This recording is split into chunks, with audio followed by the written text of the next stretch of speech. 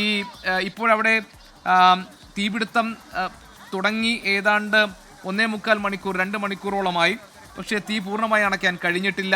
കൂടുതൽ അഗ്നിരക്ഷാസേന യൂണിറ്റുകൾ സ്ഥലത്തെത്തിയിട്ടുണ്ടോ?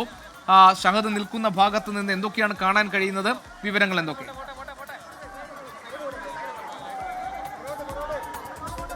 ഗോപീഷൻ ഏകദേശം 4:50 കൂടിയിട്ടാണ് ഈ തീപിടുത്തം ഉണ്ടാകുന്നത്. ഇപ്പോൾ ഏകദേശം 1.5 മണിക്കൂർ പിന്നിട്ടിരിക്കുന്നു, ഗോപി സൂചിപ്പിച്ചതുപോലെ തന്നെ.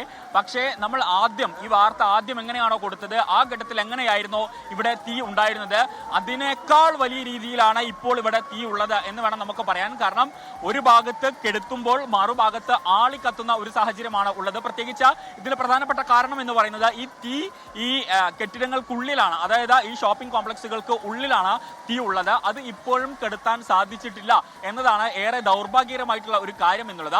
കാരണം പുറത്തുള്ള തീ ആളിക്കത്തുന്ന ഘട്ടത്തിൽ ഈ ഫയർഫോഴ്സ് അത് വെള്ളം ഉപയോഗിച്ച് കെടുത്താനുള്ള ശ്രമം നടത്തുന്നുണ്ട്. ആ ഘട്ടത്തിൽ പുക വലിയ രീതിയിൽ ഉയരുകയാണ് ചെയ്യുന്നത്. എന്നാൽ അതേസമയം ഇതിന്റെ ഉള്ളിലെ തീ പൂർണ്ണമായിട്ടും അണയ്ക്കാൻ സാധിച്ചിട്ടില്ല. അപ്പോൾ ഉള്ളിലെ തീ അണച്ചാൽ മാത്രമേ നിലവിലെ സാഹചര്യത്തിൽ ഇവിടെ നമുക്ക് താൽക്കാലികമായെങ്കിലും ഇത്തരത്തിൽ തീ അണച്ചോ എന്ന് പറയാൻ സാധിക്കുകയുള്ളൂ. പക്ഷെ നിലവിലെ സാഹചര്യത്തിൽ അത്തരത്തിൽ തീ അണയുന്ന ഒരു സാഹചര്യമേ ഇല്ല. ശരി, ഷഹദ് മനസ്സിലാക്കുന്നുണ്ട്. അതായത് നേരത്തെ തുടങ്ങിയതിൽ നിന്നും കൂടുതൽ ഇടങ്ങളിലേക്ക് തീ വ്യാപിക്കുന്നുണ്ട്, അത് വലിയ ആശങ്കയായി മാറുന്നുണ്ട്. ഷഹദ് റഹ്മാൻ സംഭവ സ്ഥലത്ത് നിന്ന് റിപ്പോർട്ട് നൽകുകയാണ്. ഷഹദ്, നമുക്ക് കൂടുതൽ വിവരങ്ങൾ അറിയാനുണ്ട്, അവിടെ നിന്ന് മറ്റ് വിശദാംശങ്ങൾ പരിശോധിക്കാനുണ്ട്.